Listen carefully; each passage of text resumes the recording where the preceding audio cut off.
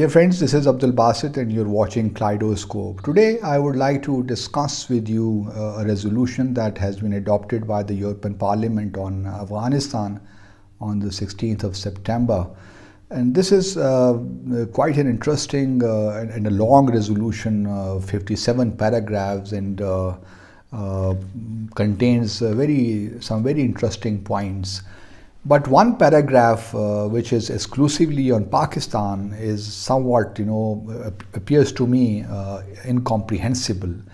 Not only is this paragraph irrelevant in my view, does not belong in this resolution, but it also betrays in many ways that how ignorant, misled and misinformed the European Parliament is when it comes to Afghanistan and Pakistan.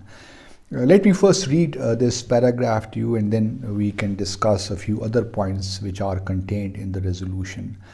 The paragraph 46 says, the European Parliament recalls that for many years Pakistan provided safe havens for Taliban members as well as assistance to their security forces, instructs the EEAS, meaning European External Action Service, like Foreign Office of the European Union, to convey to Pakistan's leadership that it bears responsibility for security and stability in Afghanistan, and that it was its influence on the Taliban, and that it used its influence on the Taliban to achieve those aims.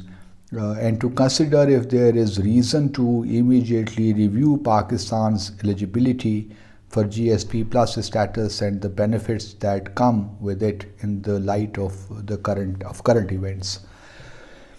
Now, this is to me this paragraph is disingenuous in the sense that first of all, the resolution or the Parliament should have avoided singling out Pakistan. It does talk about the neighboring countries, about the regional countries, but why to single out Pakistan? We might have some influence on the Taliban, but that does not mean that we can dictate our terms to them, or terms which have been conveyed to us by the European Parliament, so we can relay those terms to the Taliban and they would say, yes, sir, at your service. This is not how Afghanistan works. Dear parliamentarians, we wish that we had that much influence where we could dictate the Taliban, but we do not have that influence.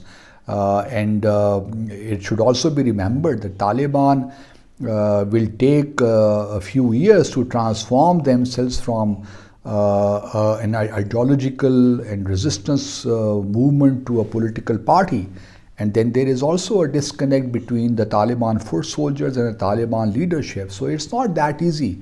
Afghanistan is a very difficult country, and I wish the parliamentarians had known that. And then how come Pakistan you can put the entire onus of bringing stability and security in Afghanistan on Pakistan? It's a shared responsibility. So you are kind of, by giving us veiled threat to review and withdraw the GSP plus status, you are again trying to complicate things on the ground. Rather than to be reaching out to Pakistan, to be joining hands with Pakistan, understanding Pakistan's dilemma, you are at this stage, you are singling out Pakistan and kind of giving us threats. I do not know what kind of resolution is this and whether or not it will achieve anything. I'm sure the people who work in the EEAS, European External Action Service, they would at least know as to how things are in Afghanistan and how these things be taken forward. I mean, this paragraph in particular does not really tessellate or is not in tune with the rest of the resolution, because for example, in paragraph 49, the resolution very explicitly admits that it has been the collective failure of the US, NATO, the European Union in Afghanistan. They ended up spending trillions of dollars, and all in vain. And then it also talks about the ineffectiveness of growing ineffectiveness of NATO, and recommends that that European Union should consider forming a European Defence Union in order to balance the growing ineffectiveness of NATO. And this is kind of also mistrust in not only in NATO but also in the US.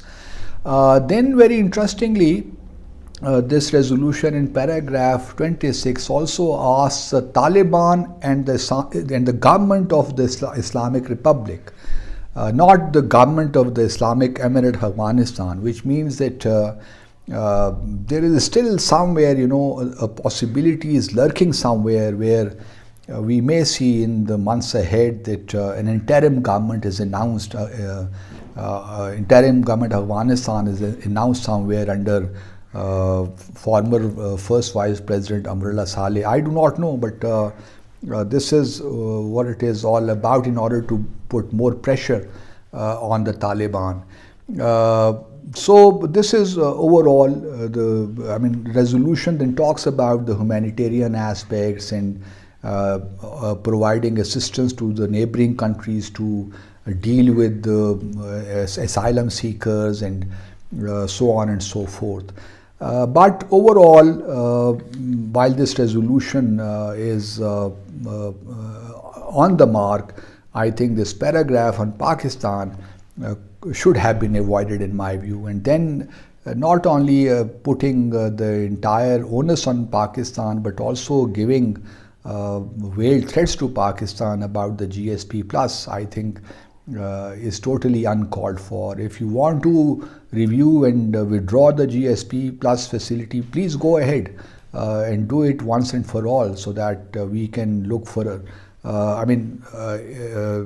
other how to reorganize and promote our exports. It would affect Pakistan, no doubt, but that is not the end of the life. Pakistan is a big country, it's an important country, and we know where Afghanistan stands, or what are the problems in Afghanistan, and it is not that easy to deal with them. So if you leave everything to Pakistan, then good luck to you.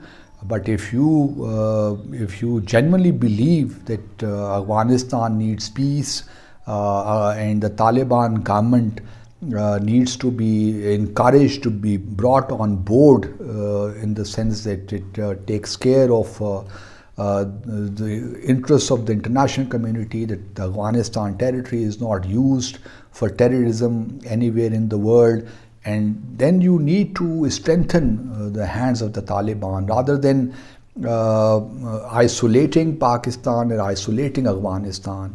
You cannot isolate Pakistan. Pakistan is too important a country in my view to be isolated.